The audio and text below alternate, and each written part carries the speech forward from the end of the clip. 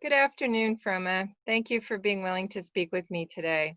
Mhm. As our viewers know, you are the co-director for the Chicago Center for Family Health, and you're a professor emerita at the University of Chicago. Today's conversation is about a part of your perspective that you call transcendence and spirituality.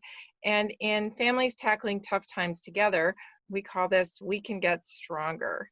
So I wanted to begin by asking you to say a little bit more about what you mean by the term spirituality. Yeah. Well, we can think of spirituality as both more personal and broader than religion. It isn't different from religion. It can be found within religious organizations, and it can be found in other ways through nature, through the arts, through helping others, through values and practices. So it really is more about a psychological dimension, a social dimension, and a cultural dimension, and a spiritual dimension of who we are. It's not the same as our feelings and our thoughts. It really is a place where we feel very genuine, when we feel closest to values that nourish us. And so it's both for many people found in congregational affiliation. For others, especially now, people are going less and less to places of worship, but finding more personal ways that are meaningful for them to get in touch with a sense of purpose, a sense of connection with others beyond their own selves. Why do you think transcendence and spirituality play such large roles in times of adversity for families? Yeah. Well, this was very interesting to me a long time ago when I was reviewing the research on resilience across cultures. That even though we weren't trained to ask about it because we figured it belonged somewhere else in the religious category, but when we didn't ask about it, but we talked with people about how did you draw strength through that time? What gave you courage? And people would say things like, I talked to God every day, or I prayed, um, or I have a religious community. It's a place where I go where we share faith, and it gives me the kind of sustenance that I need to get through these times. And so it came out of the resilience research that really we needed to pay more attention to it. And by not just when we call it religion, many people think, well, I'm not religious in the sense that I don't follow maybe all of the dogma, or I don't go to church, or I don't go to synagogue. But if we think of it more, I remember I was in Australia and doing some teaching on resilience. And when I got to the part about spirituality, they said, oh, well, you can skip that because, we're not religious here. And I said, well, what term would you use to think about kind of feeling in touch with your deeper self, and for things that give you a sense of meaning and fulfillment in your life? And they said, oh, nourishment.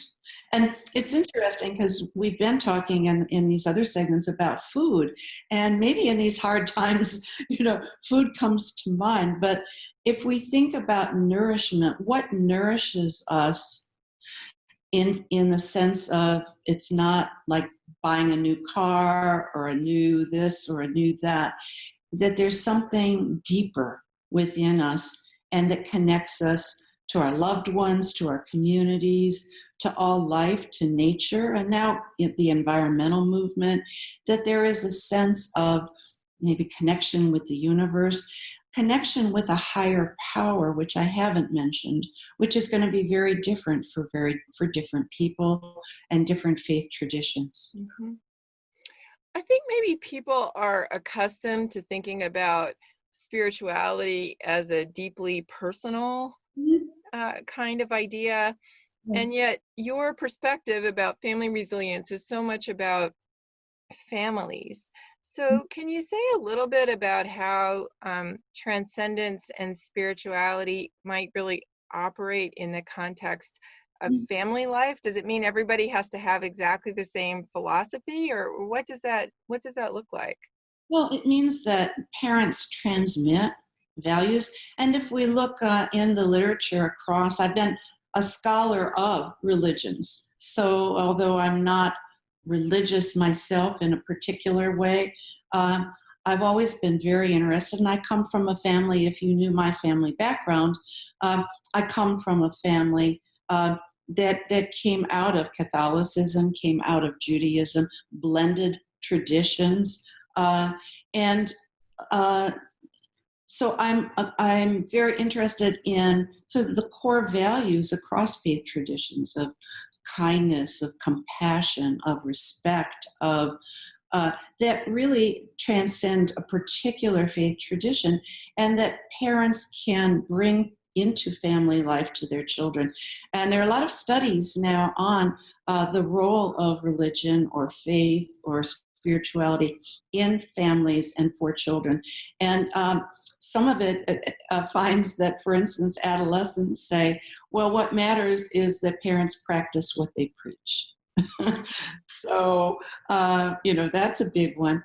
But also that they do things that they share together.